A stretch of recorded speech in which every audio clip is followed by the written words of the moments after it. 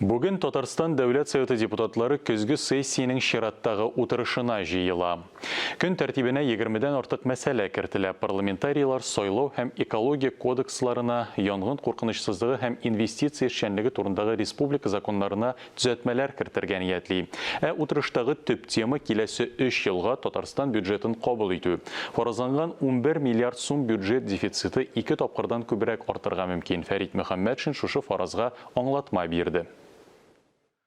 Бюджетның дефициты быел тәкъдим ителгән законопроектта 22 елга дефицит күрсәтелгән 24 миллиард сум акча. Бу бик күп. Аның төп нигезе шул, артып китте 11 миллиард иде.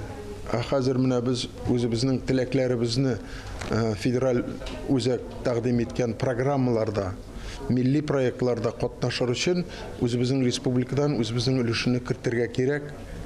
Кертмәсәк, тегендәге акчаны алып булмый.